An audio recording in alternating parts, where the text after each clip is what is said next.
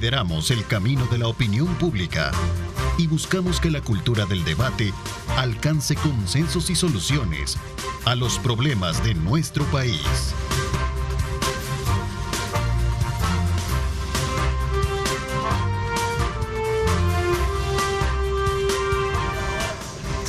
¿Qué tal? Muy buenos días, El Salvador. Llegamos al viernes, el tan esperado viernes. Gracias por sintonizarnos.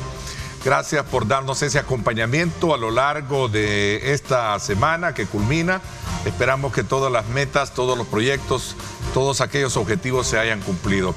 Recuerde colocar siempre a Dios en el centro de sus actividades, porque lo que viene siempre representa un reto, un gran desafío para cada uno. Así es que ahí estamos para motivarlos y llevarles a ustedes, como siempre, ese acometido y esa misión de mantenerlos bien informados desde tempranas horas de la mañana. Y por supuesto, ahora vamos en esta hora y media a conocer el análisis de los temas importantes acontecidos en nuestro país. Saludo cordialmente a nuestros invitados. Juan Contreras, ¿cómo estás? Qué gusto saludarte, bienvenido. Mucho gusto, Ernesto, buenos días a la población. Tania Pastor también, ¿cómo estás, Tania? Qué gusto saludarte. Gracias, Ernesto, un gusto saludarte a ti también y por supuesto a toda la audiencia del Grupo Megavisión, y darle la bienvenida a Mau, Mau Maravilla, que es la primera vez que nos acompaña acá en el panel. Y así es, saludamos a Mauricio Maravilla, ¿cómo estás? Bienvenido. Buen día, Ernesto, Carlos, Tania y Juan, un placer estar acá y un abrazo también a quienes nos están viendo. Sí, nos quedamos esperando las pupusas de Oriente, de San Miguel. Con salsa negra. Ella andaba en Oriente. Sí, y los chicharrones de Santa Rosa de Lima. De Santa Rosa de Lima. Carlos, ¿cómo estás? Bienvenido. Hola, buenos días a todos y gracias a Dios ya estamos en otro viernes más para tratar de comentar los acontecimientos de esta semana. Bueno, sin duda alguna hay, como tú dices, acontecimientos que son parte elemental, que se colocan sobre la mesa para poder darles los diferentes análisis y puntos de vista de cada uno de ustedes. Sin duda alguna, este tema en la cual se han visto involucrados 5 efectivos militares, a quienes la Fiscalía, por cierto, el día de ayer los acusó de violar a una niña de 13 años de edad en la playa Misata el pasado sábado 23, ha despertado muchas reacciones y no podemos escapar de hacer un análisis pertinente en esta mesa para poder de alguna manera interpretar qué pasa alrededor de esta situación en la cual el tema del papel o el rol de la Fuerza Armada de alguna manera viene siendo también un motivo de debate en nuestro país. Veamos, Juan, para que nos pongan en contexto y abrimos el debate esta mañana. Primeramente, sí, quiero condenar enérgicamente. Es un hecho detestable, es un hecho de verdad que conmociona a nuestra sociedad, que una niña de 13 años haya sido violada. No son 5, fueron 6 los involucrados. Perdón, sí. Uno que presuntamente es el violador y 5 que tuvieron algún grado de participación, pues la niña iba acompañada por otras personas más, y estos otros 5 retuvieron a estos y evitaron que fueran el rescate de la niña.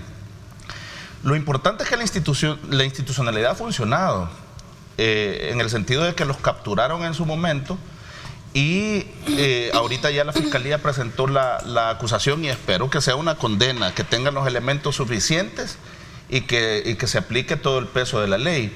Lo que sí ocurrió en el ínterin es que estas personas no habían sido presentadas ante los medios de comunicación, como suele suceder con personas que cometen diversos delitos, ¿verdad? Políticos, ladrones, de todo lo que capturan, por lo general los presentan. Sí. Por lo general los presentan. En este caso se tardaron un poco más, pero yo también comienzo a pensar que estaba siendo aprovechado esa no presentación por algunos sectores de la oposición que creo que soñaban y esperaban que se presentaran a estos delincuentes, porque eso es lo que son, violadores, delincuentes, que se presentaran esposados con el uniforme militar. Y creo que ese morbo que despertó en algunos sectores, mayormente de la oposición, que esperaban eso, no ocurrió, ¿verdad? Fueron presentados con el típico traje blanco de los delincuentes, que creo que es lo correcto, porque imagínense la utilización que se le hubiese dado si se les presentaba con un uniforme militar. Estas personas mancharon el uniforme militar. Creo sí que es un hecho aislado. Creo que el trabajo que ha hecho la Fuerza Armada a lo largo de los años no puede ser manchado por unos malos personeros, por malos miembros de la corporación, y de la Fuerza Armada mayormente, pues entonces sí es un hecho aislado y creo que debe la institucionalidad funcionar y aplicarles todo el peso de la ley a estas personas. Y pues ahora ya para tranquilidad de muchos, pues como que quieran ver, fueron presentados con el típico traje blanco que como todos los delincuentes tuvieron que ser presentados. Mauricio, en tu calidad de abogado y también conocedor de temas del país, ¿cuál es tu lectura? Y luego pues entonces abrimos un poco más el debate para obviamente que cada quien pueda externar sus puntos y contrapuntos que hay con relación a este tema. Claro, yo también en primer lugar quiero sumarme a la condena de este hecho. Me parece totalmente repudiable que agentes del Estado que están llamados a brindar seguridad y tranquilidad en el territorio hagan este tipo de cosas, ¿no? Eso por un lado, desde todo punto de vista este hecho es repudiable, creo que sobre eso no cabe ninguna duda. Luego quiero destacar también, es que me parece que es medular en esto, la labor periodística también, porque este hecho se conoce primero por una publicación periodística y es esta publicación la que luego empuja que las autoridades tengan una versión sobre este hecho y luego el hecho se conozca ya a nivel institucional. El periodismo es clave en esto también. Yo, antes que nada, tengo que aclarar que no tengo ningún discurso anticuerpos de seguridad, pero sí cuestiono esta idea o esta versión oficial incluso de que esto es un hecho aislado y que son cosas que, bueno, que ocurren muy pocas veces. Yo más bien invito a pensar, no estoy acusando a la institución armada ni a la Policía Nacional Civil, pero más bien invito a pensar si esto no es sintomático también de una expresión de abuso de fuerza y de autoridad en el territorio, sobre todo cuando desde las altas esferas del poder se les da tanta responsabilidad, tanto poder a agentes de autoridad que tienen un poder limitado en el territorio, ¿no? Pero digo, cuando, por ejemplo, desde la Policía Nacional Civil se dice los policías son los jueces de la calle, no, momento, eso no es así, perdóneme, pero ¿cómo se va a asumir eso por parte de quienes en el territorio tienen contacto con la gente y cómo asumen esas declaraciones?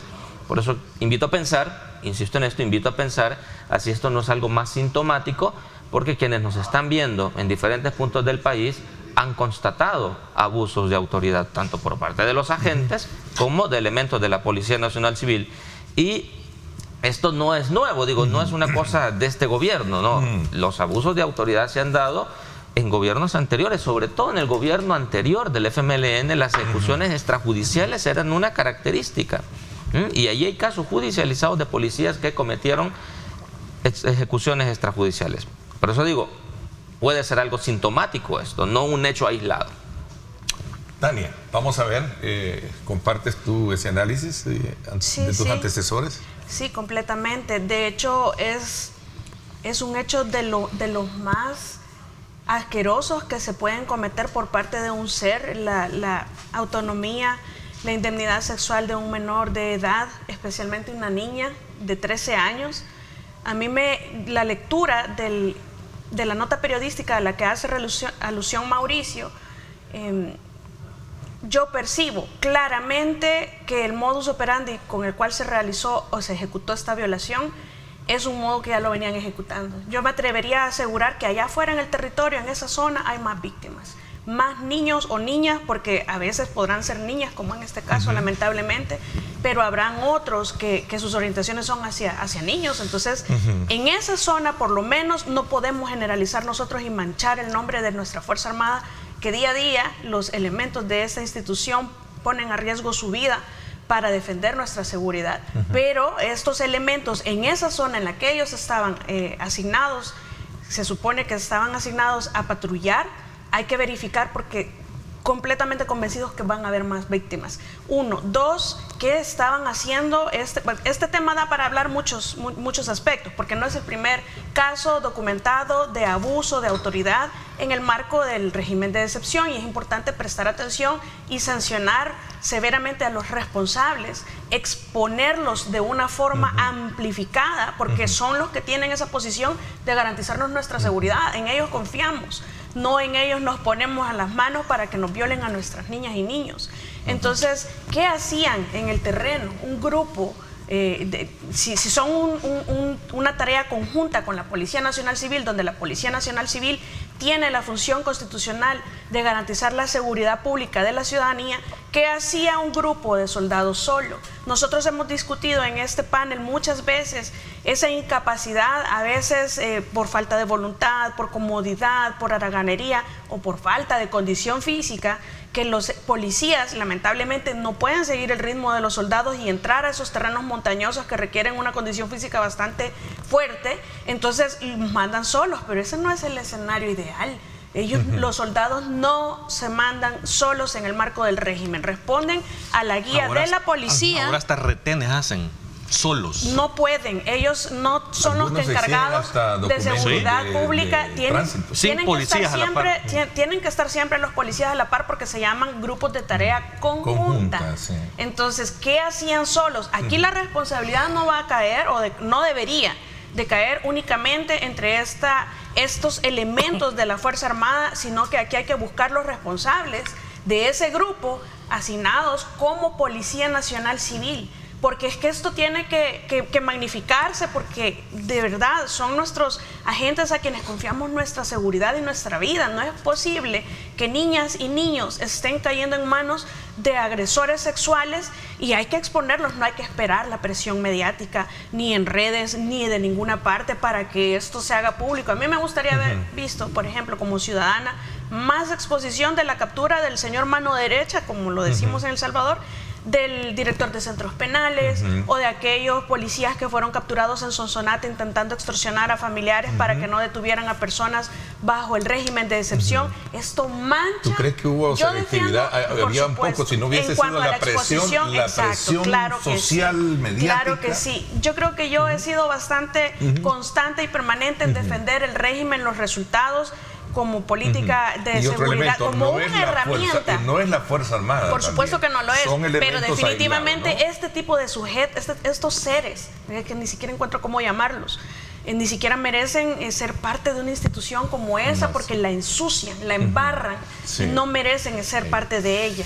Ok, no es la institución ni per se, usar sino nuevamente que ese son uniforme jamás. Malos elementos como tal. Carlos, ¿qué suma? Mira, yo creo que hay a través de todo esto último que estás diciendo creo que es importante. ¿Sí? No es la institución armada la que está en el banquillo de los acusados. ¿No? O sea, hay malos elementos de la institución armada y tienen que ponerle atención para depurarlos definitivamente. Pero yo creo que este caso nos deja varias lecciones. Por un lado, la Fuerza Armada tiene que tomar medidas para que este tipo de situaciones de abusos y de cometimiento de actos delictivos por parte de sus miembros en un despliegue nacional en temas de seguridad pública tiene que ser revisado y tiene que ser mejor controlado. Y es que todos tenemos claro una cosa, y Tania más o menos tocaba el punto, y es que la Fuerza Armada no está preparada para dar servicios de seguridad pública. Su función y su misión es otra. ¿Vea? Y ellos están en este momento acompañando un esfuerzo en materia de seguridad pública, pero cuando encontramos patrullas solas, ¿vea? Retenes, bueno, y te lo digo puntualmente, en Santana, en el peaje de Santana, ahí hay un permanente retén de la Fuerza Armada, no hay un solo policía, te detienen, te piden documentos y papeles. O sea, creo que la Fuerza Armada, ya el mando de la Fuerza Armada debería de tomar otras medidas para que de alguna manera se puedan evitar este tipo de casos, porque ese personal no está preparado para esa interacción en materia de seguridad pública y por eso es que se cometen estos abusos. O sea, en este caso ha sido una violación, pero durante todo el régimen de excepción ha habido mucho abuso también a la hora de intervenir en las comunidades, de capturar a las personas, inclusive de pedirle papeles a las personas, en donde la represión a la que están acostumbrados este tipo de fuerzas, porque por naturaleza son los brazos armados y son fuerzas de represión del Estado, actúan en función de lo que son, de una institución que está preparada con una misión diferente a la seguridad pública. Eso es un elemento, pero cuando yo te digo, hay lecciones que nos deja este caso también, creo que es importante que el ciudadano entienda el poder que tiene.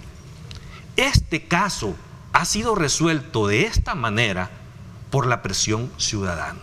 Vea, ¿por qué te lo digo? Primero fue denunciado por el movimiento de trabajadores policiales. Por eso, pero cuando fue denunciado de alguna manera ya había sido público, un periodista lo hizo público, pero en otro momento, en otro caso, hasta por personas que le echan una mala mirada a un perro, los capturan y los exponen en el momento. Aquí la policía, ni la Fuerza Armada, ni la Fiscalía dijeron ni pío. A los tipos fueron capturados el sábado. Al día siguiente, te aclaró también, al día siguiente de conocerse esto, el ministro me lo aceptó acá. Claro, pero te lo aceptó porque fue público. Obviamente, le pregunté. Hubo un mal procedimiento, porque es cierto que los capturaron a 5 al día siguiente, pero en realidad tuvieron que haber sido capturados los 6 el mismo día, en el mismo acto. Y ojo que en la noche del sábado los capturaron a las 6, pero soltaron a 5. O sea, pero mi punto es que todo fue expuesto por un periodista. La policía no dijo nada, la fiscalía no dijo nada. Y pasaron una semana entera hasta el día de ayer que fueron presentados debido a la gran presión pública. O sea, yo creo que sí hubo una intención de tratar de bajarle el perfil mediático a este caso. Quiero pensar yo que es para tratar de proteger la imagen de la institución. Mire, quisiera pensar, pero creo que es un grave error, porque un caso de esta magnitud, una violación de una niña por 6 elementos en una patrulla trabajando bajo el régimen de excepción, lo primero, o sea, debería haber sido la misma Fuerza Armada la que hubiera expuesto. Para mostrar que sí realmente hacen valer. Hay una pregunta, si gusta, démosle. Con estos hechos, un saludo al panel y feliz viernes. Dice, con estos hechos se vuelve necesario preguntarse si la Fuerza Armada debe seguir ejerciendo funciones de seguridad pública, Tony. Es que está claro que hay que hacer una transición eventual a que ellos ya no coadyuven en las tareas de seguridad nacional, de seguridad pública, perdón. Lo que sucede es que es una necesidad creada por impunidad y corrupción del pasado. Por eso es que yo digo, los corruptos son los padres de los pandilleros.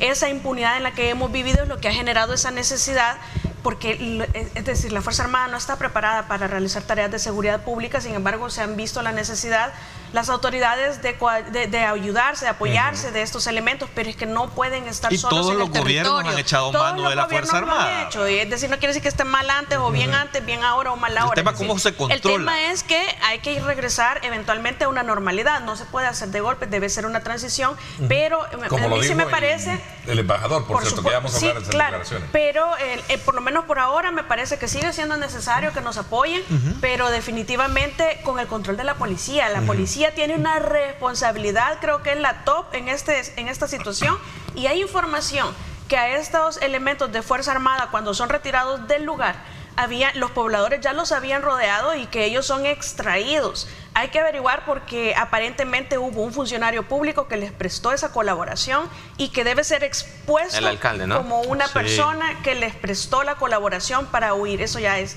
otro delito que se llama encubrimiento, y me gustaría a mí ver en todas las redes, en todos los medios, exposición de esta persona capturada por encubrir semejante y atroz crimen. Abro el debate. Sí, Tienen la palabra ambos. Yo solo todos. quería apuntar con la pregunta que plantea la persona que escribe a través del WhatsApp. A mí me parece que esa es la gran pregunta de fondo, ¿no? La Fuerza Armada en tareas de seguridad pública. Esto lo inauguró Mauricio Funes, de hecho, ¿no? Cuando sacó, y con un gran despliegue mediático Arena lo hizo también en su momento de los gobiernos. Exacto, pero digamos, cuando Mauricio Funes lo hizo, se quedaron ya permanentemente en las calles, ¿no? Ya no fue circunstancial, no fue para un evento en específico, se quedaron haciendo labores de acompañamiento a la Policía Nacional Civil. Pero luego la cosa se fue degenerando porque nos acostumbramos a que se transgrede una norma constitucional, porque la Fuerza Armada no tiene esas tareas de seguridad pública, y luego se vuelve tan normal que lo asumimos como parte de la vida cotidiana, ¿no?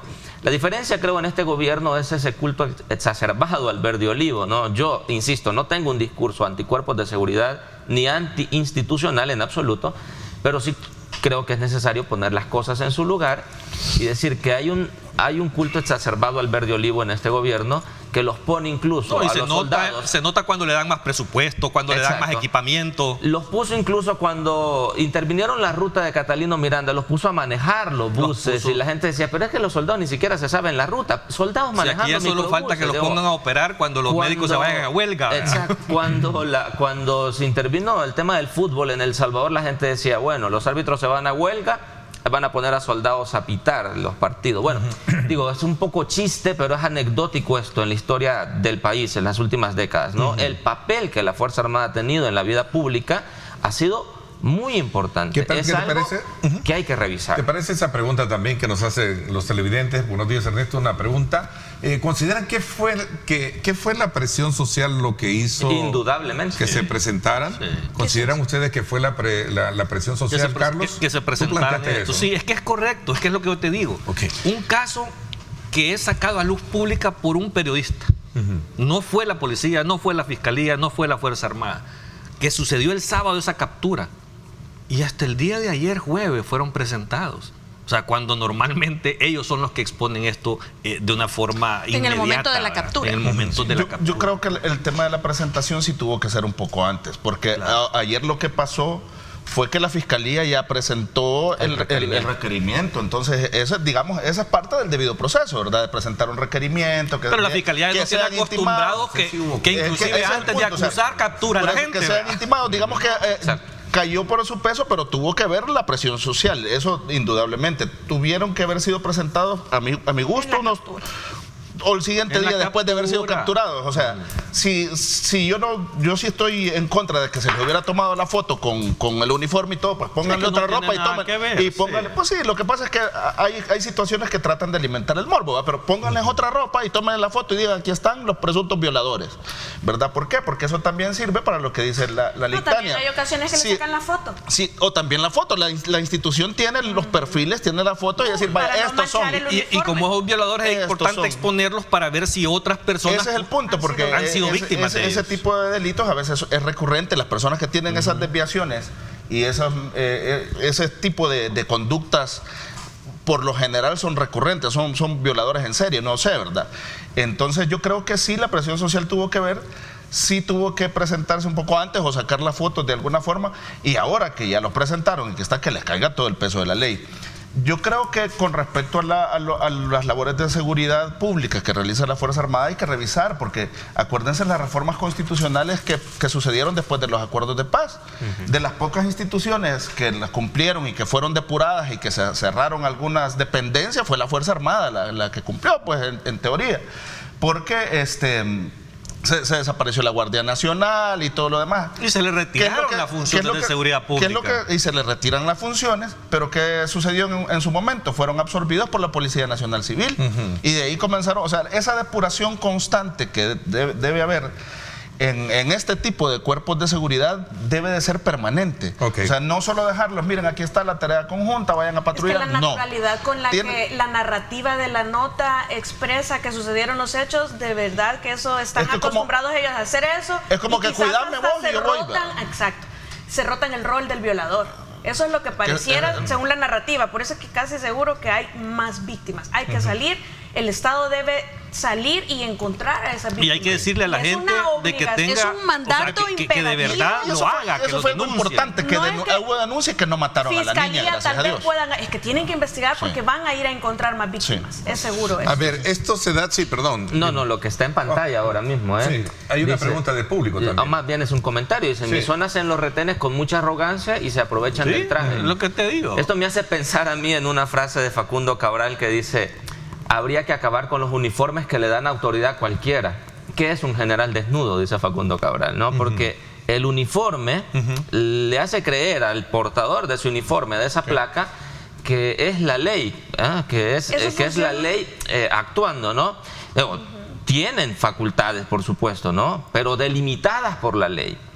Ahora, lo importante, eso nosotros, claro, lo importante aquí en este caso es que nosotros poner las cosas claras, ¿no? Porque hay gente que nos está viendo y que dirá, bueno, claro, la autoridad se le respeta y yo no tengo ningún cuestionamiento a ese tipo de planteamiento, por supuesto que sí, pero cuando existe esto, arrogancia, matonería, que es una cosa, ¿no? Pero más allá de eso, el cometimiento de delitos, ¿no? Cuando los soldados te detienen y te quitan tu celular y la gente se pregunta, ¿y tienen la facultad para quitarme el celular? No, pero lo hacen, ¿no? ¿Y qué hace un muchacho ante 5 personas armadas? si en este país se ha dado en la historia reciente desapariciones por agentes de autoridad también. Y ese es el punto. ¿Es respeto a la autoridad? Ahora, aquí hay una pregunta también, de no ser coercitivo y fuerte, no se hubiese arreglado un poco el problema de la inseguridad y la delincuencia en el país. Si hablamos metafóricamente lo que dice Mauricio, si hablamos metafóricamente lo que dice Mauricio, ese uniforme lo podemos trasladar hacia la investidura de los funcionarios públicos. Los funcionarios públicos tienen una autoridad, tienen un poder del que muchas veces lamentablemente abusan.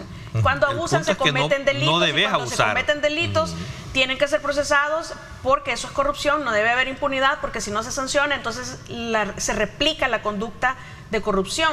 Y eso es lo que nosotros tenemos que controlar ahora, porque ya el tema de los pandilleros está altamente controlado. Entonces los elementos de policía y de soldados de la Fuerza Armada tienen tanto poder en el territorio que realmente hay que verificar los protocolos con los que se les está instruyendo su actuación y su interactuación con la sociedad civil, porque definitivamente estas son personas vulnerables. No se trata de hacer una falacia de generalización y decir toda la Fuerza Armada porque entonces todos hacen lo mismo. No, pero sí se trata de verificar esos protocolos para que tengan claro estos funcionarios que esa autoridad de la que están gozando, de la que gozan por la investidura o por el uniforme, es algo temporal y es algo con un propósito, y el propósito es de servir a la ciudadanía en algún aspecto específico. En este caso es la seguridad. Ellos son garantes de nuestra seguridad y ese poder tienen que entenderlo limitado por nuestros derechos de ciudadanos, pero especialmente el de los niños. Es que de verdad es increíble que situaciones como estas se estén dando y que haya tenido que haber presión social para una exposición mediática de estos señores. Hay que exponerlo. El caso va a tener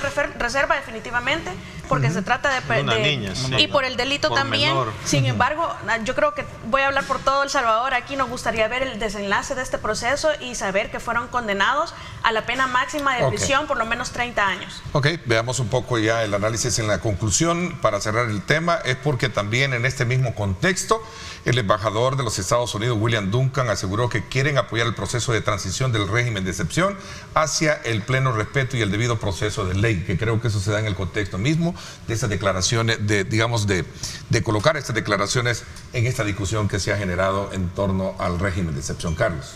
Fíjate que yo creo que es importante las declaraciones del embajador, porque si tú ves el contexto en el que fueron dadas, hay un periodista que le pregunta sobre la posición del gobierno de los Estados Unidos dada hace 2 años aproximadamente con relación a lo que dijeron sobre el régimen de excepción, que fueron muy duros y fue muy criticado por parte de la embajadora en ese momento. Pero el embajador te dice algo. Mire, si quiere hablar de eso, vaya ahí está la declaración, y eso ahí, o sea, no hay nada que discutir sobre eso, o sea, tampoco lo niega, vea.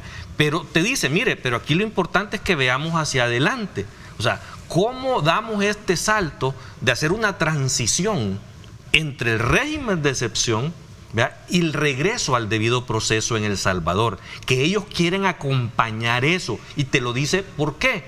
Porque, o sea, quiero aclarar muy bien lo que voy a decir. No estoy justificando el régimen de excepción en ningún momento, pero hay un resultado, que lo dijo el embajador. O sea, hay la forma, que para mí ha sido una pésima forma de tratar de solucionar el problema de la seguridad pública, ha generado indebidamente, con una mala aplicación, ha generado un clima positivo de seguridad en el país que es innegable. O sea, o sea, el resultado está ahí. Y la gente en los territorios lo sabe muy bien. Eso lo dijo él. Por eso. Pero el punto es, ¿cómo se obtuvo?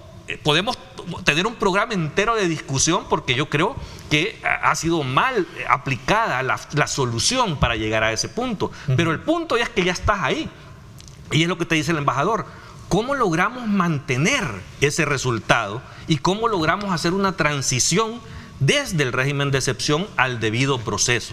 ¿Vea? Y que es donde ellos dicen, queremos colaborar con eso, pero es importante que El Salvador abandone esta condición que no le está ayudando al país a progresar, porque tener a los ciudadanos 2 años, casi 2 años sin derechos, creo que no le ayuda al clima de inversión que necesita el país para poder salir adelante. Yo creo que este tipo de declaraciones son importantes, por supuesto, porque leyéndolas en clave diplomática, ¿no? Lo que los diplomáticos dicen ante los medios suena vamos, muy cordial y todo, pero me parece, por lo que hemos visto, que la estrategia del gobierno de los Estados Unidos y su representación diplomática en El Salvador hoy día es más la de buscar acercamientos a nivel privado y no exponer y extrapolar tan públicamente los temas como lo hacía la ex encargada de negocios Jean Mains, ¿no?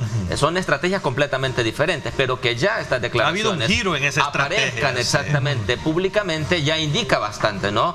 Por tanto, creo que es algo a lo que el gobierno le estará prestando atención, sin duda. Ok, voy a ver, un saludo, Ernesto. Opino que lo mismo que Carlos Araujo, los de la Fuerza Armada no deberían salir en patrulla sin un policía, ni mucho menos poner retenes ellos solos. Voy a hacer una pausa, le doy palabra a Juan Contreras y también a ti, Tania, que vamos a colocar como siempre de primera mano la opinión de nuestro público, que nos escribe a través de nuestro número de WhatsApp que aparece en la parte inferior de su pantalla, para seguir analizando estos y otros temas que tenemos vigente para esta mañana acá en esta edición especial. Pausa y regresamos con más.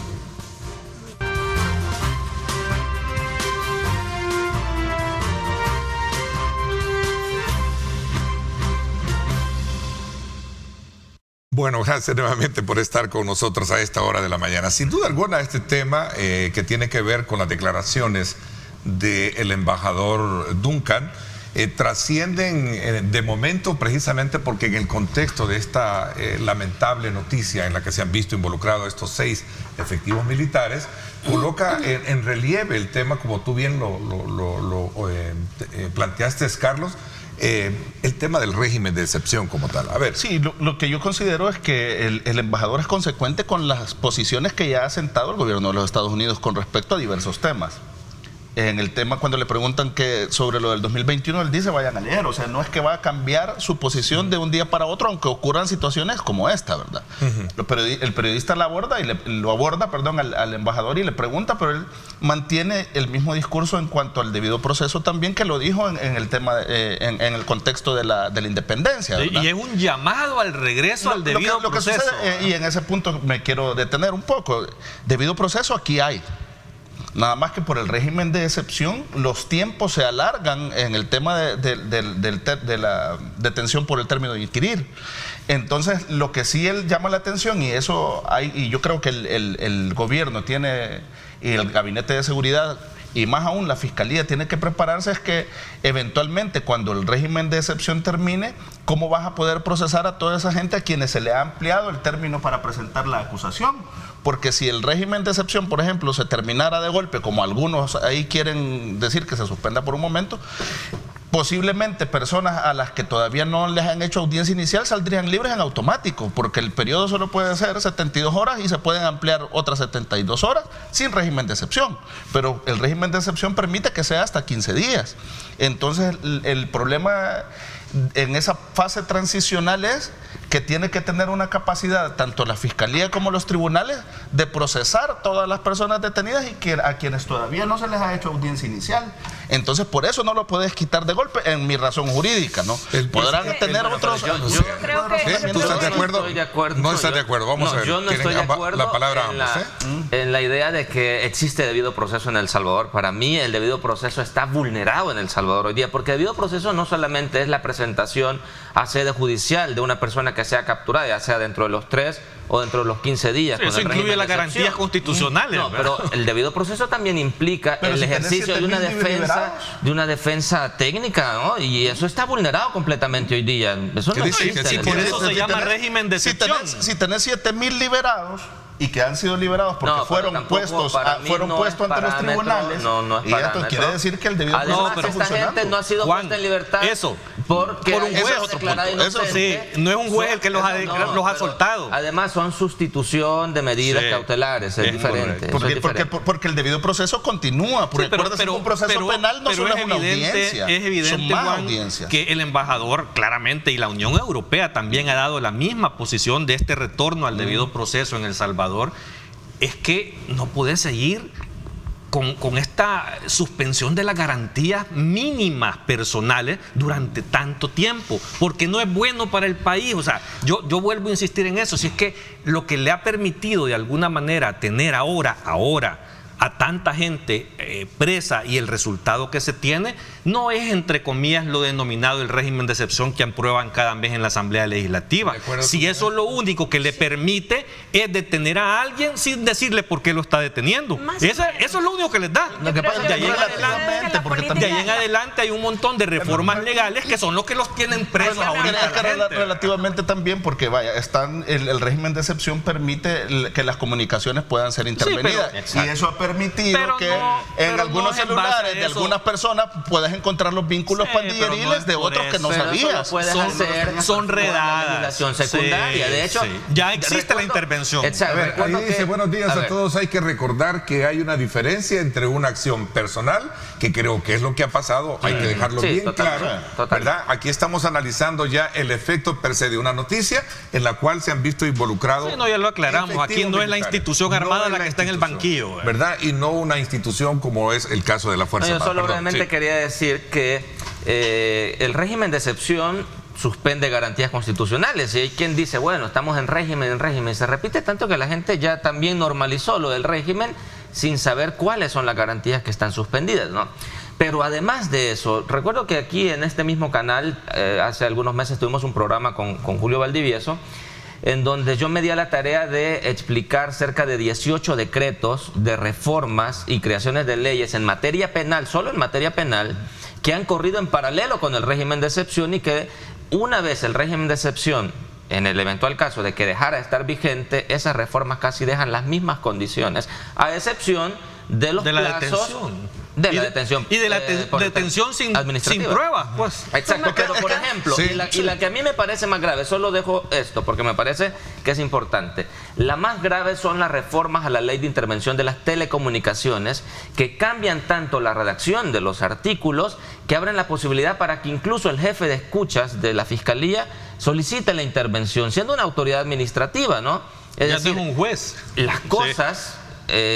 no se han analizado todas estas reformas, todos estos cambios en el ordenamiento jurídico salvadoreño, que digo yo, bueno, el gobierno y las ha impulsado pensando en que si en algún momento el régimen de excepción deja de tener cierto nivel de aprobación y es necesario, por conveniencia política, dejarlo sin efecto, las reformas aprobadas casi dejan las mismas condiciones, y allí está logrado. Lo importante ahora es trabajar con El Salvador para mejorar la economía, para ayudarles en el momento en el que van a transitar del estado de excepción a algo diferente.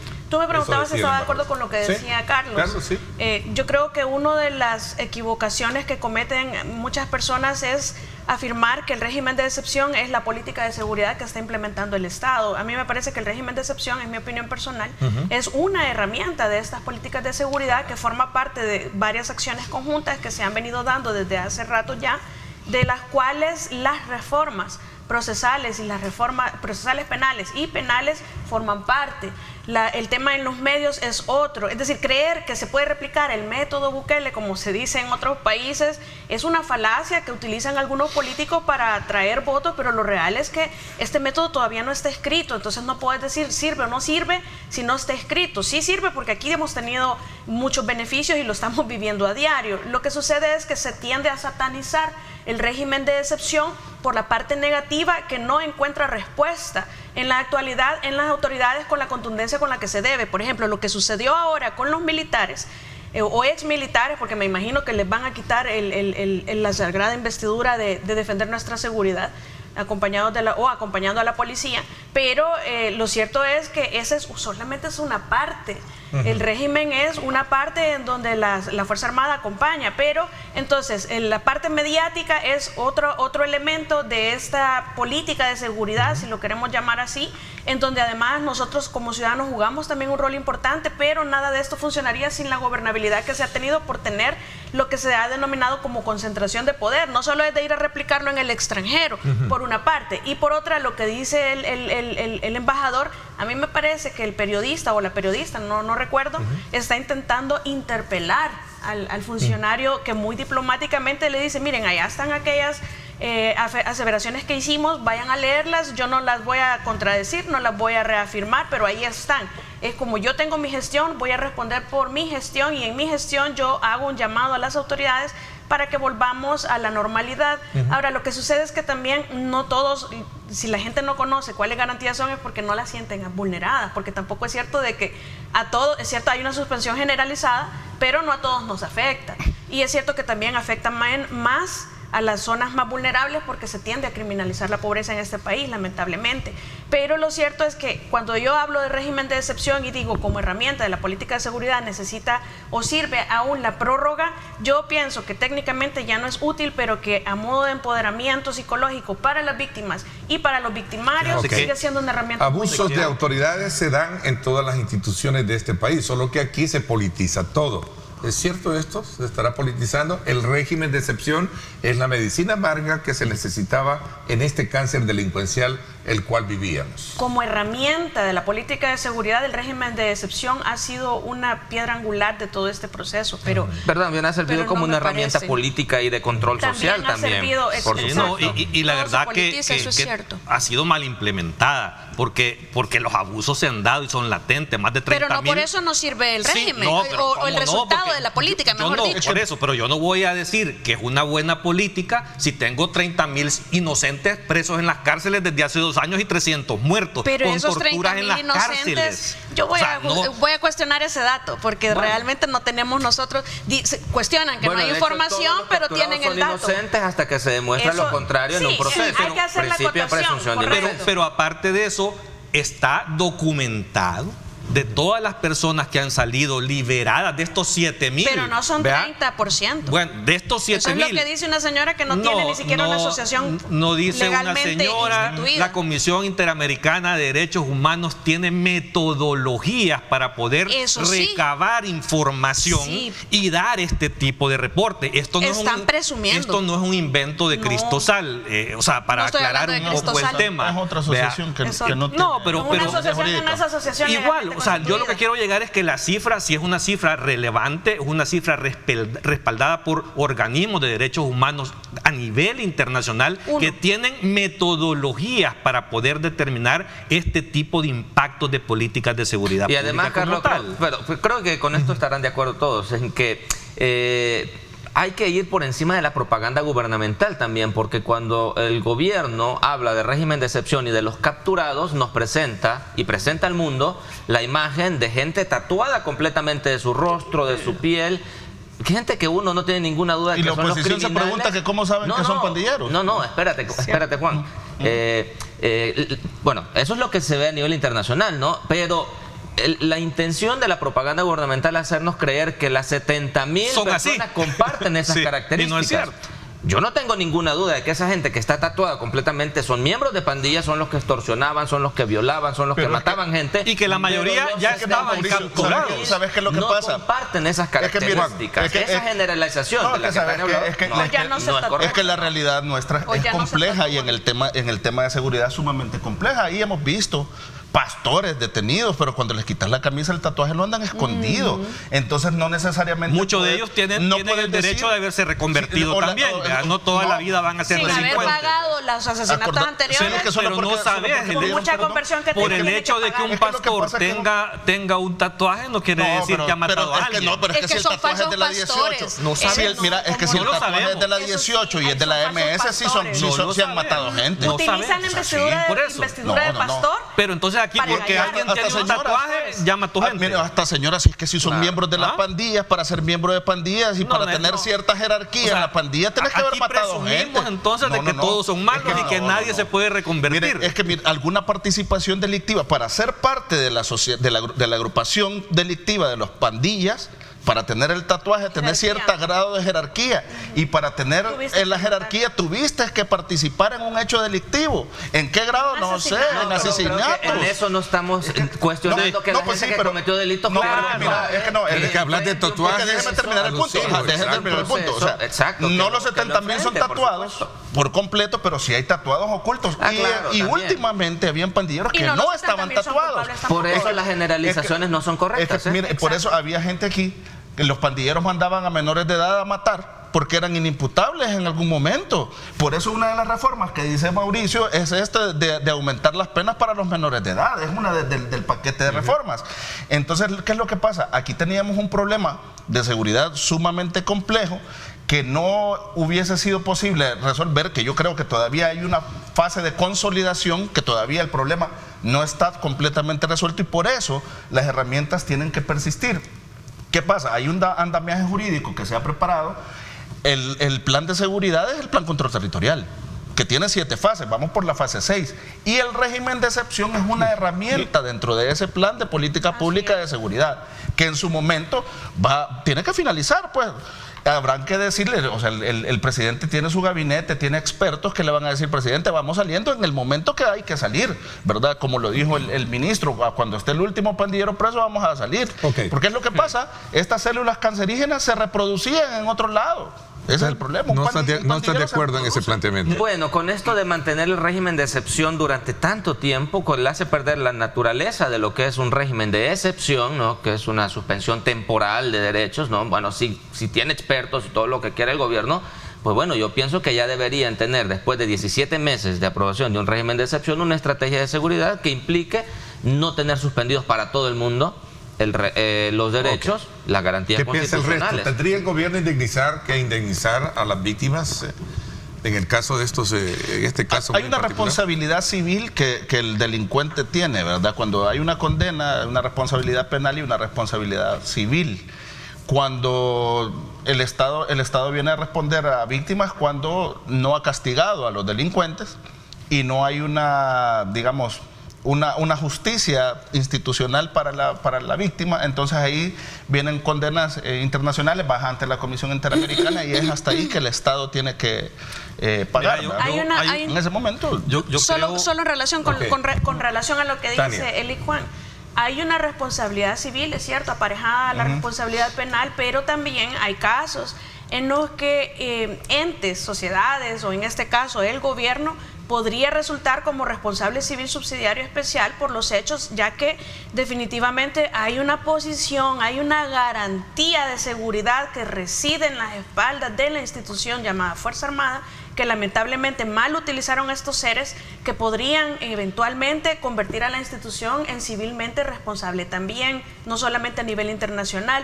Habría que ver todas las pruebas que se incorporen en el aspecto civil, porque aquí hay una mala costumbre que se ejerce la acción penal, no se ofrecen pruebas en el aspecto civil y no se logran las condenas justas que deberían de lograrse en ese aspecto también, pero sí podría, a pregunta de la persona que nos escribe, resultar responsable civilmente la Fuerza Armada como institución, el Estado como institución, por el cometimiento de hechos delictivos en el marco de la aplicación del régimen de excepción de instituciones como la Fuerza Armada.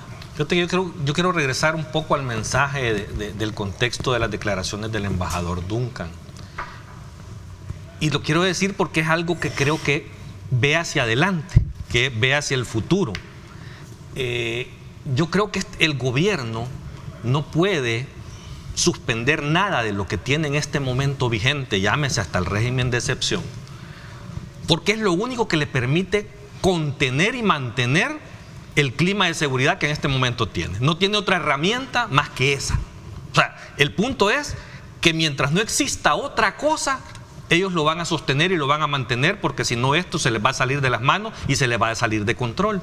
Entonces creo que la llamada del embajador cuando les dice queremos ayudar a esa transición, creo que el gobierno y el presidente de la República tiene una oportunidad de oro para el país. Ok, buenos días, Ernesto. El ejército es necesario en las calles todavía.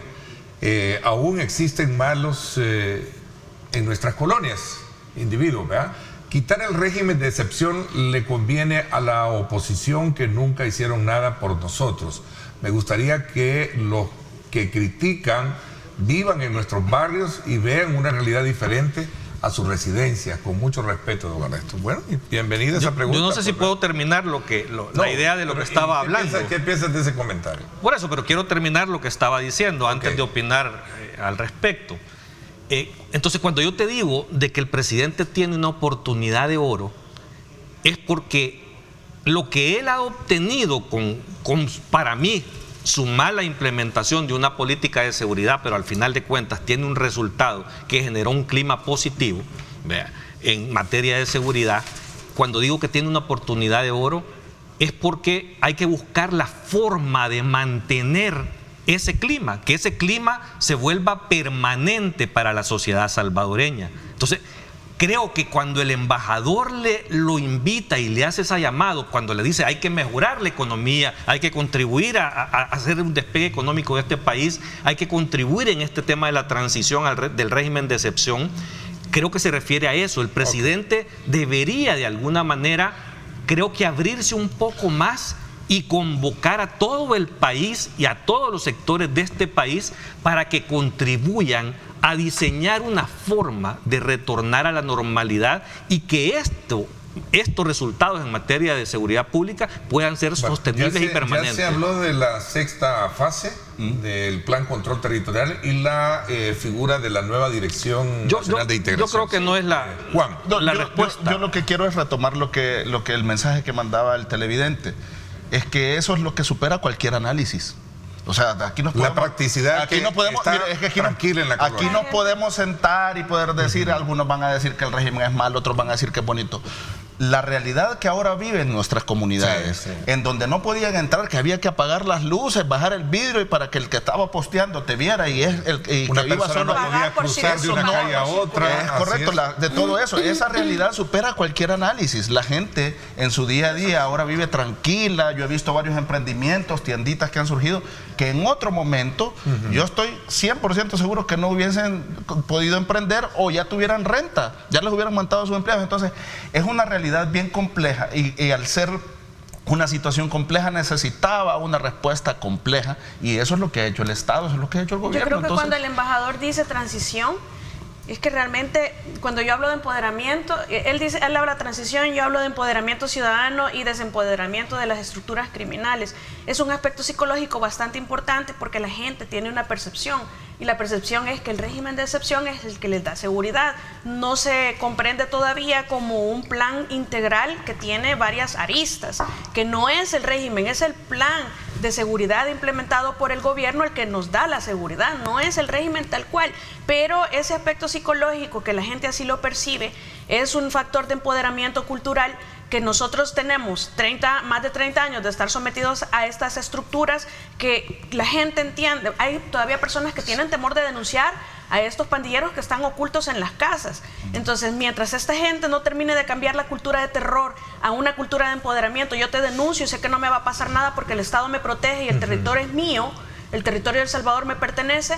Entonces, mientras eso no pase, no podemos hablar de abandonar por completo el régimen y no hay que satanizar el régimen. Hay que buscar una manera ordenada y transicional. De esa transición. Pero no de golpe. Yo estoy de acuerdo con eso. A ver. Yo estoy de acuerdo con eso porque son dos asuntos, creo. El primero es el de los resultados, que en el territorio se nota y es indudable, ¿no? Yo voy cada fin de semana a Opico, donde vive mi familia, en la zona rural. Y yo he visto cómo eso ha cambiado. Te voy a hacer una pregunta práctica. A ver, con relación y al resto también, con relación a la pregunta, al planteamiento que hacía el televidente en el mensaje.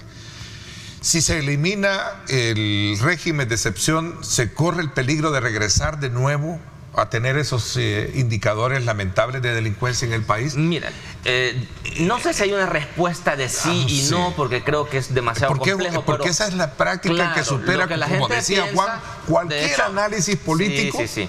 Esa es la práctica. En las colonias la gente se siente más segura. Claro.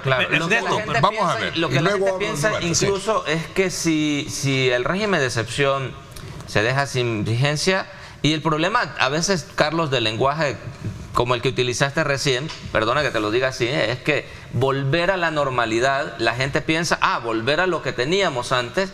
Yo pienso que hay que buscar una nueva normalidad, ¿no? Claro. En donde es indudable que el régimen de excepción y la estrategia de mano dura del gobierno ha golpeado a las pandillas de forma tal que las pandillas ya no son lo que eran, pero hay un documento, pero hay un temor, dice el embajador. Claro, hay una El embajador dice que hay un temor, ellos tienen temor de perder lo que se ha logrado si se elimina este régimen. Por eso, a eso voy exactamente. Que hay una investigación reciente del periodista Roberto Valencia en un medio internacional especializado en temas de criminalidad. Roberto tuvo acceso a informes internos de la Policía Nacional Civil que reflejan todavía mucha presencia de pandillas en las comunidades, ¿no? Son documentos internos de la policía por supuesto que el gobierno sabe eso, no son documentos públicos, esto no se va a decir públicamente porque son parte de la información que solo se maneja a nivel gubernamental, ¿no? A lo que quiero apuntar es a esto. Lo que pasa es que, estando además en un año preelectoral, todo esto juega también, ¿no?, en materia político-electoral. El régimen de excepción, por supuesto que la gente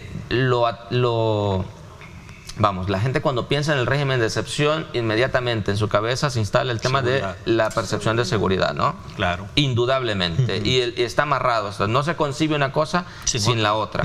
Yo pienso que lo que Estados Unidos está diciendo ahora mismo es, en esas otras estrategias, no de corto plazo, sino de largo plazo, de mediano plazo, que hagan que la institucionalidad funcione. Y por eso es que el embajador habla de seguridad sean abordando los factores multicausales que propician violencia en El Salvador y que hoy día no se están abordando. Veamos la pregunta esta última porque vamos a cerrar ya el tema y vamos a darle paso a otros, como por ejemplo esta encuesta que Fundaungo el día de ayer lanzó, en la cual se evalúa el tema de los gobiernos municipales. Dice la pregunta: buenos días, Ernesto, en el análisis entonces del panelista, no importa violar los derechos humanos si el fin es lo que vale. No sé quién de todos dejó ese sabor planteado. Yo creo que viste. No. O sea, es que el punto con eso es que es a lo que voy yo. Son las formas en cual. No importa violar entonces los derechos humanos. No, yo no digo. No sé quién lo dijo. No, pero ojo, yo eso precisamente. No, pero precisamente es lo que yo he cuestionado. Una cosa es que tengamos un resultado positivo en materia de seguridad pública y otra cosa es la forma en que se obtuvo, que creo que es cuestionable, que creo que pudo hacerse de otra forma totalmente. Yo he hablado que no hay que satanizar el régimen por esta situación. Lo que sucede es que hay algo que lo vuelve inefectivo en materia de derechos humanos y es la falta de sanciones.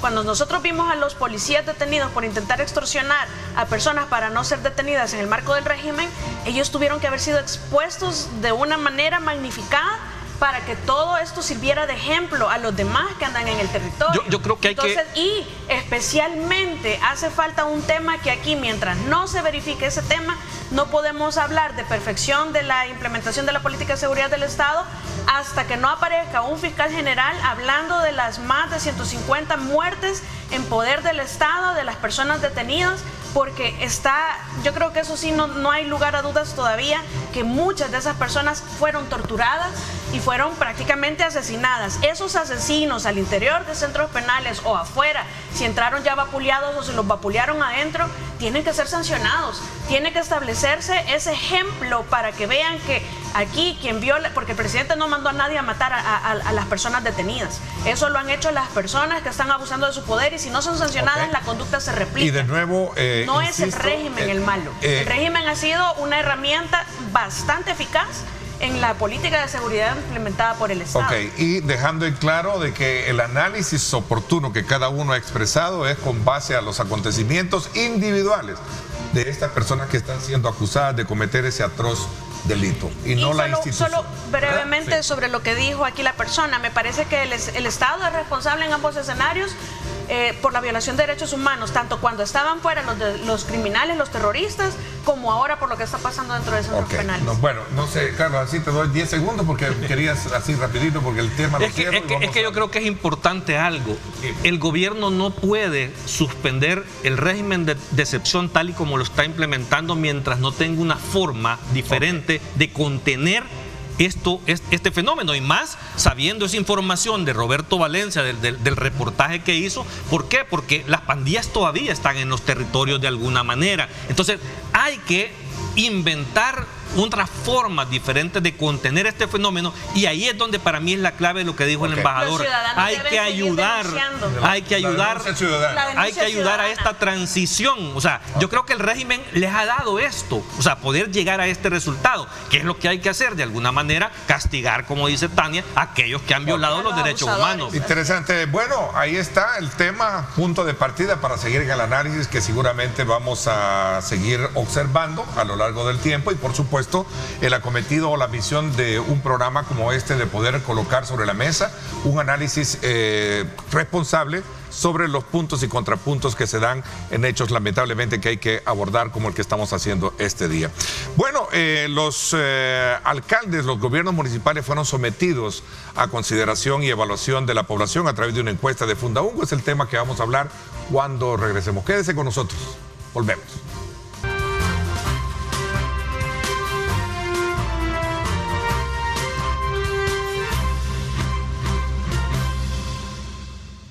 Bueno, gracias nuevamente por estar con nosotros a esta hora de la mañana. A usted que nos hace partícipe también de acompañar nuestra señal, no solo en los canales tradicionales, sino que también a través de nuestra plataforma digital, nuestra aplicación. Ahí puede encontrarnos como Megavisión en los sistemas telefónicos. En fin, usted tiene la opción de podernos ver en cualquier lugar del mundo. Bueno, esta mañana en la edición especial de viernes estamos en el análisis de temas de país ocurridos a lo largo de esta semana. Una encuesta de Funda Ungo coloca y pondera un promedio de 5.4 la gestión de las alcaldías, y la mayoría, hablamos casi del 60 y casi 70%, cree que su alcalde o alcaldes no han hecho nada por resolver los problemas de su municipio.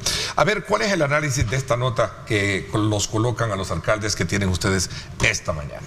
Comienzo, vamos a ver contigo, Tania o Carlos. Bueno, de la encuesta yo creo que siempre los alcaldes por alguna razón salen bastante mal evaluados. Creo que cambió una postura que me pareció ver antes, no sé si de estos mismos encuestadores o de otros, en donde se manifestaba de que querían que siguiera el mismo partido pero con diferente candidato. En esta situación, en esta encuesta ha variado un poco esa respuesta. Y otro punto importante que me parece resaltar a forma de inicio de debate es el aspecto que dice mucha gente, el 85%, si no recuerdo mal, que si fueran las elecciones ya sí saldría a votar, lo que extrañamente contraría algunos resultados de otras encuestas sobre el abstencionismo, ¿verdad? Sí, la pregunta que plantean es si la gente considera que es importante ir a elecciones, o si las elecciones son importantes. Y que si exactamente. Ya, dice, ajá. Es decir, hay ánimo, ¿no? Hay ánimo. Pero la gente siempre dice que va a ir a votar y no sale. Siempre. Es otra cosa, siempre. Eso iba a decir, ¿no? Que nadie quiere ser mal ciudadano. Sí. Y el último aspecto importante, no, pero si sumás los que van a ir a votar, pero por ejemplo en el tema de las personas que están de acuerdo, esta es quizás las láminas 2 que me llamaron más la atención, y es que se refieren a la aprobación o desaprobación del tema de reducción de municipios. ¿Esta es, sí? ¿A la que te refieres? ¿Cómo valoraría el trabajo de la alcaldía? Bueno, sí, también. Municipio donde usted vive. El 42% dice que bueno, donde vive. Incluso hacen una comparación con la DOM, que la evalúan bien. ¿Sí? Para mi sorpresa, relativamente sale bastante bien evaluada, pero las otras láminas que me parecen interesantes son cuando se les pregunta a las personas si están de acuerdo con el tema de reducción de municipios. Y más del 50% entre que está muy de acuerdo o medianamente de acuerdo contestan que están de acuerdo. Entonces, quizás ahí esperábamos que la gente estuviera como más en desacuerdo, pero para mi sorpresa sí resulta que la gente lo ha tomado bastante a bien. Y ya cuando se les pregunta en la parte concreta de 40 municipios, o no se les dice el número, pero ya con la cifra exacta, entonces todavía siguen estando de acuerdo, aunque menos, ¿verdad? Pero el tema de la reducción en sí, mucha parte de la población lo ve positivamente. Ahí está lo de la DOM, mira. ¿Qué tanto acceso considera? Tengo el logo arriba, no sé qué más dice. Yo creo que eso se refiere al conocimiento que tiene de lo que están haciendo, y ahí sí la gente está clara de que no tiene conocimiento. Las siguientes gráficas habla de la DOM. En la siguiente. Sí, ¿verdad? Es curioso. Es que son varios temas si son varios temas, y como el tiempo apremia, quiero decir dos cosas fundamentalmente, que hemos tenido pésimos alcaldes, y después de estos pésimos alcaldes hemos tenido los alcaldes actuales, que son peor que pésimos, ¿no? Pero no es solo responsabilidad de ellos, porque esta gente llegó sin FODES, y cada cosa que necesitan hacer, si su alcaldía es de las que dependían fundamentalmente del FODES, que la mayoría son así, hay que pedírsela a la DOM, ¿no? Entonces allí hay un jueguito perverso, porque los alcaldes llegaron con poca o casi nada capacidad para ejecutar planes, y todo pasa por una oficina centralizada, cuando se supone que los municipios existen, sean 42 o sean 262, para descentralizar las funciones del Estado y estar más cerca del territorio, algo que ahora mismo se está desdibujando, ¿no? Pero, como dice Tania, son varios temas. También en la misma encuesta se le pregunta a la gente sobre el costo de la vida. Y aquí está el dato que para mí es el más importante. ¿Sí? Para 7 de cada 10 salvadoreños, es decir, para el 71,7% de la gente, el costo de la vida ha aumentado mucho en los últimos 3 meses. Allí está el asunto, es el tema económico al que hay que prestar atención, ¿no? Claro, luego viene el debate si el gobierno tiene o no tiene responsabilidad o no. Sí, por todos los factores exógenos que yo creo que si nos ponemos a tono con las exigencias de la gente, el debate también debería empujarse en ese sentido, ¿no? temas económicos. Nosotros no somos economistas, pero ahí hay gente experta. Este tema va a despertar pasiones, sobre todo porque estamos hablando de la actividad de los partidos políticos. ¿Por cuál partido político votaría usted para las elecciones municipales? Nuevas Ideas sale con el 35.9%, que es el que vos hacías la referencia al principio. Partamos de ello, sobre todo porque ahí hay un que no sabe votar, hay un abstencionismo que eleva un poco la categoría para pensar, bueno, y si esta gente sale a votar, si se decida a ir a votar, entonces la cosa cambiaría. Fíjate, Ernesto, que... Y mira, Gana supera un poquitito el tema de Arena y FMLN. ¿Y el del 2.4% que dice? Otro 2.4%. Otro. Dejando esta imagen, porque esta encuesta de Fundaungo es una evaluación municipal, de la gestión municipal, sí, ¿verdad? Entonces, ¿qué es importante de esto? La mayoría de las alcaldías del país están en manos de gobiernos de Nuevas Ideas, pero casi la inmensa mayoría de las alcaldías están pésimamente evaluadas por parte de la población, la gestión municipal, la gente las ha calificado.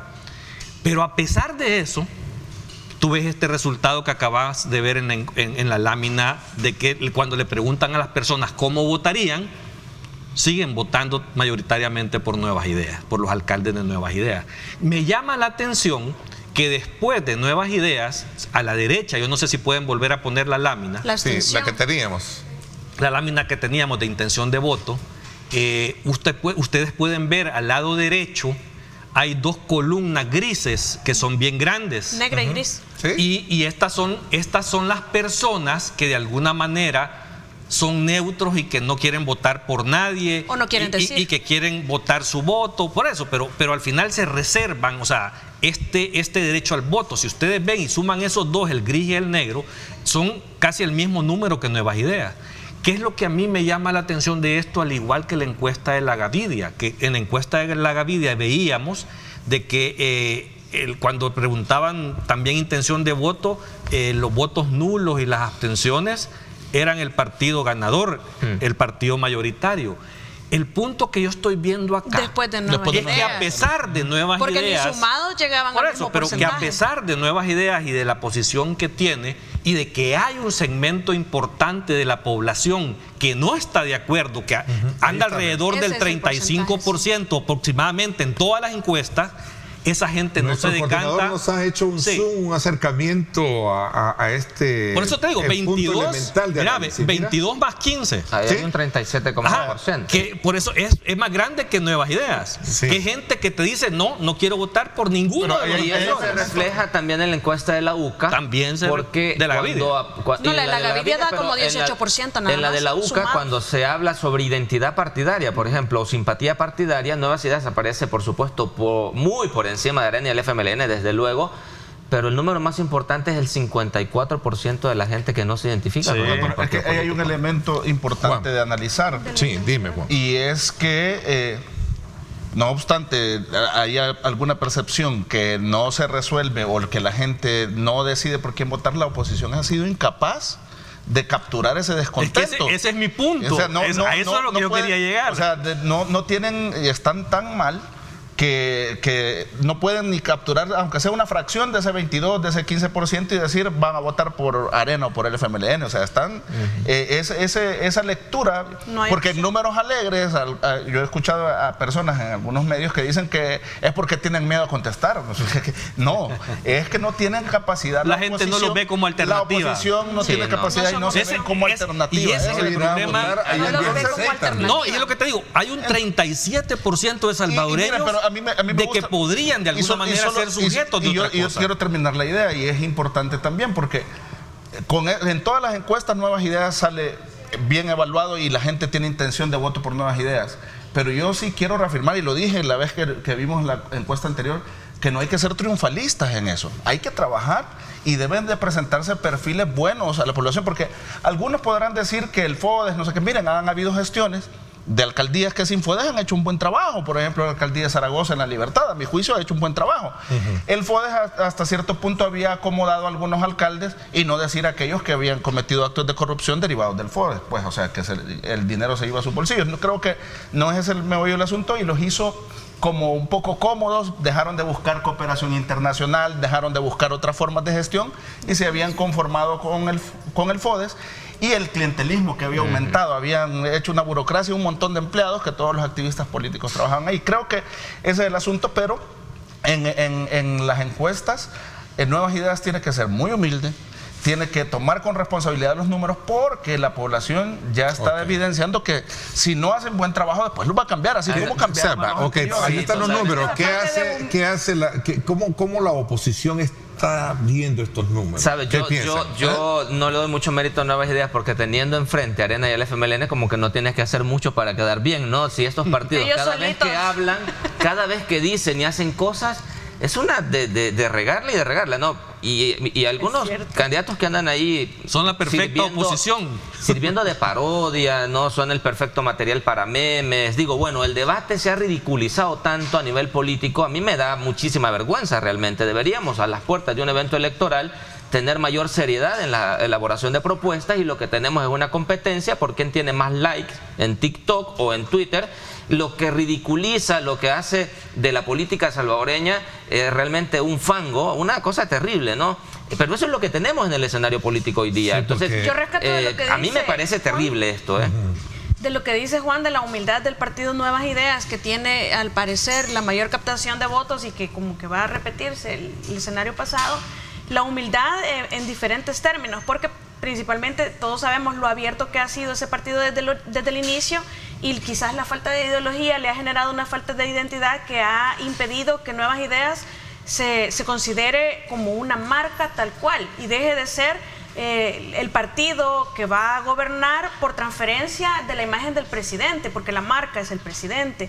Es decir, aquí tenemos partidos que quitan candidatos, es decir, el candidato que vaya, por ejemplo, por el Frente y por el FMLN, antes las marcas de los partidos los ponían como funcionarios, ahora en automático los están quitando si llegan de candidatos por esos partidos. Pero eso no pasa con Nuevas Ideas. Con Nuevas Ideas está poniendo a los candidatos y a los funcionarios el presidente. Entonces el partido no se ha logrado convertir una marca en sí. Entonces la humildad a la que yo hago referencia con relación a lo que dijo Juan es que tienen que buscar la manera de crear una identidad propia y convertirse en una marca en sí misma, porque de lo contrario, en el momento en el que el presidente, es decir, si suprimimos hipotéticamente el hecho del presidente como transferencia para ser el partido mayoritario, Nuevas Ideas, habría que ver dónde estaría en esos números realmente. Y yo creo eso, de que en esa encuesta, inclusive si comparamos con la presidencial, aquí el partido tiene la mitad de lo que tiene el presidente de la República en apoyo popular en función de intención de voto. O sea, aquí hay una gran oportunidad a nivel municipal e incluso a nivel legislativo de que la oposición haga algo.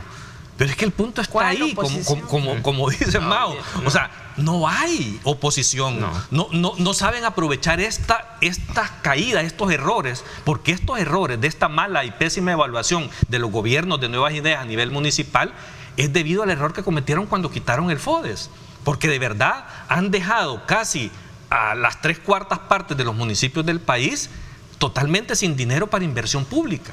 Y eso creo que es un error que la gente se lo está cobrando en la evaluación. Pero cuando a la hora de votar le preguntan, pero mire, ¿y usted por quién quiere votar? Bueno, ni modo. O sea, no hay de otra.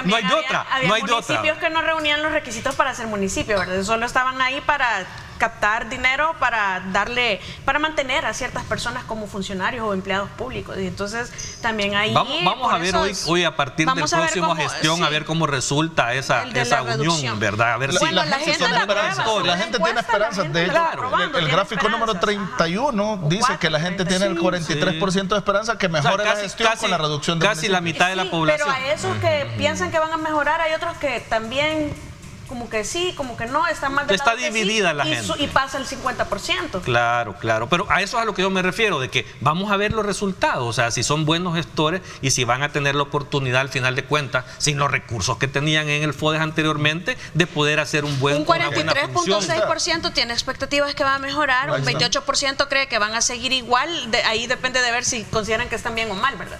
Para ver si los ponemos en que van a, es decir, en qué categoría. Pero la gente tiene esperanza de que va a mejorar con la reducción de municipios. Claro, nuestro pueblo de hecho es un pueblo muy esperanzado. Muy esperanzado. Sí, por eso Mauricio Funes en el 2009 decía, nace la esperanza. Los enganchó bien. ¿No?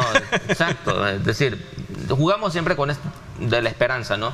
Pero yo quiero pensar más bien que la reforma, con la reducción de los municipios, no tenía la intención, en primer lugar, de mejorar la gestión, sino que fue un cálculo electoral y por eso se impulsó la reforma. Luego, si lo hacen bien o mal, ya es cosa de ellos, porque tienen tiempo para hacerlo, ¿no? Tienen tiempo para hacer esto.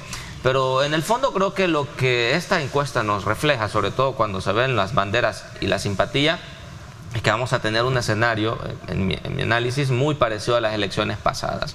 Porque Nuevas Ideas básicamente no tiene competencia a nivel electoral. Yo creo que va a concentrar más poder todavía Nuevas Ideas. Probablemente. Pero ese poder se lo va a dar el pueblo. No sé. O sea, y también ayudado por la reforma. También ayudado por la reforma. Que yo con el tema de la reforma yo tengo mis El asunto es que cuando la gente dice que no se siente satisfecha o qué sé yo, identificada con un partido político, la gente lo que hace es no ir a votar. Pero quienes deciden la elección son los que sí van, son los votos válidos, exactamente. Okay, veamos esta pregunta. Don Ernesto dice: en mi municipio o distrito, pero ni los baches de las calles principales han podido reparar. Y se comenta que ni fiestas patronales habrán, la gente está decepcionada. Hablo de Santa Catarina, Mazaguat. Bueno, también saludos al alcalde de San Juan Opico, allá en La Libertad, porque esa calle de la carretera hacia Sitio Grande, Matasano, Granadilla, es una cosa. De hecho, Mélida ha denunciado esto mucho en tu programa. Doña Mérida Sí, porque, bueno, pero eso yo digo, cuando pienso en la gestión del alcalde de San Juan Opico, yo digo, pues también le pasa mucho lo que le está pasando a todos los demás, porque es lo que dice es, mire, nosotros ya presentamos la carpeta a la DOM. Claro, con este invierno que ha tenido unas tormentas bárbaras, la calle se arruina con cada tormenta y él dice, y la gente dice, bueno, el alcalde no la arregla. Y él lo que dice es que la DOM no me resuelve, la carpeta está desde hace un año ya. La gente identifica al alcalde, no a la DOM. Exactamente. Ahí tienen que ser creativos, como y la responsabilidad es que el soberano es el que va a mandar, Juan. Es que cuando tú dices va a haber más concentración, se escucha un poco raro, o sea, pero la concentración de poder no es así, sino que hay unas reglas democráticas que se llaman elecciones, y la gente va y vota por un partido. Yo te puedo apostar algo. Y lo podemos revisar si querés con encuestas y todo ese tipo de cosas. La reforma electoral que el presidente impulsó, aprobada por la Asamblea Legislativa en tema de reducción de municipios y el tema de los diputados, el efecto que tendrá es darle más poder del que iba a tener si las cosas estuvieran como estaban antes. Ese argumento no es del todo válido. Y yo te lo explico. Déjame terminar. No, pero es que él tenía la palabra. Es que sí, es que ¿sabes por qué no es válido? Si tú reduces un municipio, si reduces, digamos, 7 municipios y los concentras en uno solo, y de esos 7 están descontentos, hipotéticamente, con el alcalde de Nuevas Ideas, la población ahí va a estar. Entonces no va a votar por el candidato de Nuevas Ideas. No crees lógico eso. Que se refiere a la reforma de asignación de escaños. Toda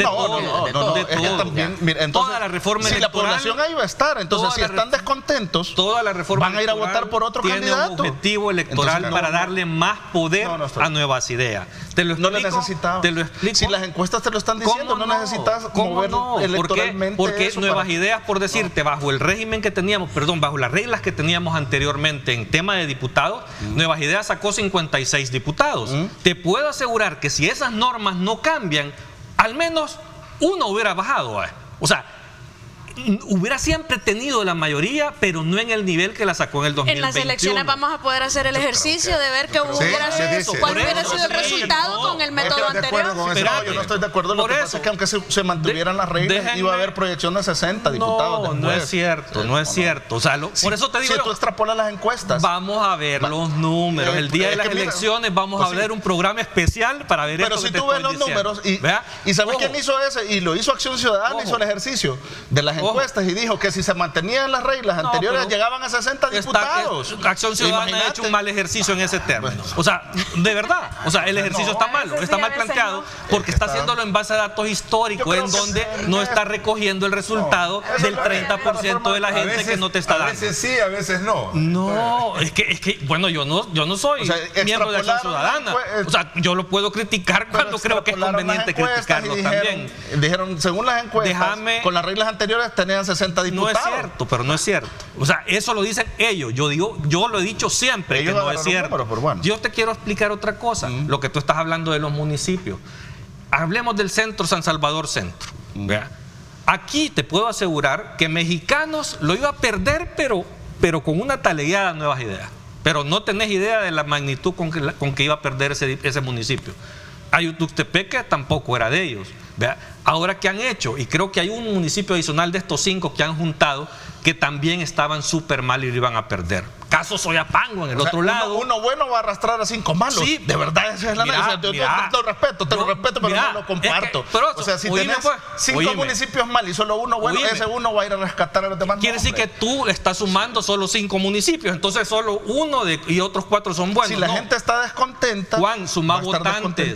Suma votantes. Entonces el reto cuál es, que vayan a buscar nuevos votantes. Porque San Salvador lo pudieron haber ganado, pero ¿qué es lo que pasa? En esa unión, San Salvador representa más del 50% de los votos. Entonces, no importa que me peguen una penqueada en el municipio. Toda la gente de San Salvador va a votar por Nuevas Ideas. No hay otros partidos. Sí, pero mayoritariamente tienen fuerza en esos municipios. De verdad que ese argumento de ese argumento a mí, de verdad, Juan, no me parece. El día de las elecciones, te voy a retar a que hagamos un ejercicio, vea, con los resultados electorales para demostrarte. Y bueno, es que ya no te tengo que demostrar. ¿Por qué no te parece eso? Tú lo sabes. La gente va a votar por Nuevas Ideas. Tú sabes que esa unión Soyapango lo iban a perder, a Popa lo iban a perder. Entonces, ¿qué están haciendo? Entonces, Arena va a ganar en ese análisis, gana la libertad porque ya está la Mila. O sea, si nos ponemos hablando de ella, es bien probable. Ya cambió. Pues es más por la persona que el partido. Si no, vean a la alcaldesa del antiguo Cucatlán, dice. Entonces, si nos ponemos a ese análisis de que uno bueno rescata a los malos, entonces la libertad ya no tiene ganado. Pero es que depende del peso. Mira, hay ejercicios en donde tú ves el peso. La población, si está descontenta, iba a estar y va a ir a votar. No es cierto. ¿Por qué? Y si decide que va a votar por Nuevas Ideas, esa es la democracia. En San Salvador antes habían 19 municipios. Nuevas Ideas iba a perder Soyapango, Mexicanos y Apopa de entrada. Esos 3 municipios los iba a perder. Y ahora los va a perder. ¿Y ahora lo va a ganar por quién? Por ese alcalde bueno que va a absorber esos municipios. ¿Tú crees que ahora los va a perder? ¿Por qué? Porque la sumatoria de los votos en la forma en que han conjuntado los municipios, los pesos que tienen los municipios más grandes, compensan la pérdida que van a tener en los municipios más pequeños. Es una operación eminentemente electoral lo que están haciendo. Los niveles de participación en las elecciones municipales andan por el 51-53%. Yo tengo temor que sea más baja, incluso para estar separadas, porque la elección presidencial siempre arrastra más votantes. Entonces, ¿cuál es el reto? Miren, la gente ahí está. No es que el municipio va a desaparecer y la gente va a desaparecer. Si quieren ganar esos municipios donde la gente está descontenta, vayan y consigan los votos. Pero incluso, no es tu análisis concluyente de 30 segundos, porque el tiempo se nos fue sobre este tema. Voy a abandonar este tema electoral porque evidentemente... Vas a abandonar el debate. No te me vayas a levantar, ¿eh? En absoluto, no. Pero, bueno, ustedes son los que conocen la materia electoral y luego yo esperaré ver el día de las elecciones ese debate, ¿no? Creo que con Tania nos vamos a quedar mirando. Vamos a escribir el resto. Ya apúntalo, Ernesto, por favor. Sí. Bueno, yo solo quiero decir que estamos, como estamos en un año electoral, yo lo que invito a la gente es a que el consumo de información que tiene lo haga con mucho criterio, porque estamos expuestos a lo que hoy se denomina la infodemia, ¿no? Y sobre todo en una época de posverdad. La posverdad contradice totalmente los hechos y pone por encima cualquier interpretación de la realidad. El que grita más es el que tiene más peso en la opinión pública, tenga o no tenga razón. La posverdad es tan peligrosa porque no importa la verdad ni la mentira, lo que importa es empantanar tanto el terreno de la opinión pública, y con ese concierto de voces que se gritan, que se insultan, la gente no distingue entre la mentira, la verdad, lo verdadero y lo falso. Y quienes más ganan son los que están en el poder, y no me refiero solo al poder temporal que te da un cargo, es el poder económico que en este país sigue siendo el que manda, el que decide qué es lo que se hace y lo que no se hace. Tania, tus conclusiones. Yo también pienso como Mauricio que como ese no es el campo, pues nos vamos a quedar esperando los resultados electorales para que se hagan los cálculos, y ahí vamos a ver quién tenía la razón. Con los 3 doritos, ¿sí? Y con lo otro, yo también invito a la población, igual que Mauricio, y siempre lo he sostenido, a que tengamos tolerancia a opiniones diferentes. El hecho que pensemos diferentes no quiere decir que nos vamos a insultar, nos vamos a degradar, nos vamos a acusar que estamos mintiendo solo porque no está de acuerdo usted con lo que uno piensa. Hay que escuchar diferentes opiniones, pero más importante que aprendamos como ciudadanos a contrastar información con la información proveniente de las instituciones oficiales en los casos en los que haya, porque lamentablemente ahora falta mucho, pero hay que escuchar todo tipo de opinión para que seamos nosotros los que saquemos nuestras conclusiones y dejemos esa costumbre que estamos adquiriendo de que lo creemos porque lo dijo X o lo dijo Y. Carlos, nuestras propias conclusiones. 15 segundos. Bueno, no, yo creo que ya es suficiente lo que hemos conversado para que de alguna manera veamos hacia adelante lo que viene. Yo creo que en 2024 la población va a ser contundente y se va a ver reflejado, todo esto en las encuestas se va a ver reflejado en las elecciones. Al final es el soberano, como tú lo decías. Claro. ¿No? De verdad, me siento muy complacido junto con nuestro equipo de trabajo, ¿verdad? Alexis Juárez, coordinador, también nuestro colega periodista, Jonathan, ¿verdad? Y todo el esfuerzo de nuestro comité editorial, encabezado por el licenciado Julio Valdivieso, y Luis, ¿verdad? Don Chamba Rivera también, el máster, control máster, en fin, todos complacidos esta mañana de ofertarle al país, al mundo, a quienes estuvieron conectados a través de las redes sociales, un programa de esta envergadura, ¿no? De alto calibre en cuanto al aporte que cada uno de ustedes hace para que el pensamiento crítico de nuestro televidente tenga pues las diferentes lecturas sobre los temas que hemos abordado. Gracias, Juan. Te agradezco muchísimo. Gracias también a ti. A la orden. Te agradezco mucho. Un abrazo, Mauricio, para todas y para todos. Te agradezco, Carlos, también. Gracias. Gracias, Tania. La próxima vez que vayas a San Miguel, un saludo muy especial a todos los migueleños, nos traes pupusas. Pero y que vaya a ver a Marvin. El acompañamiento típico de San Miguel. Anda a saludar. Marvin Aguilar. Sí. ¿Y qué es lo que prometió Juan para la siguiente? Chicharrón. Prometió también de cuando vaya al pueblo, de Santa Rosa de Lima. Un saludo especial, un abrazo también para todos ahí en Santa Rosa de Lima. Gracias. Esto es todo por hoy. Pásenla bien y como siempre recuerden lo más importante, amar a Dios sobre todas las cosas.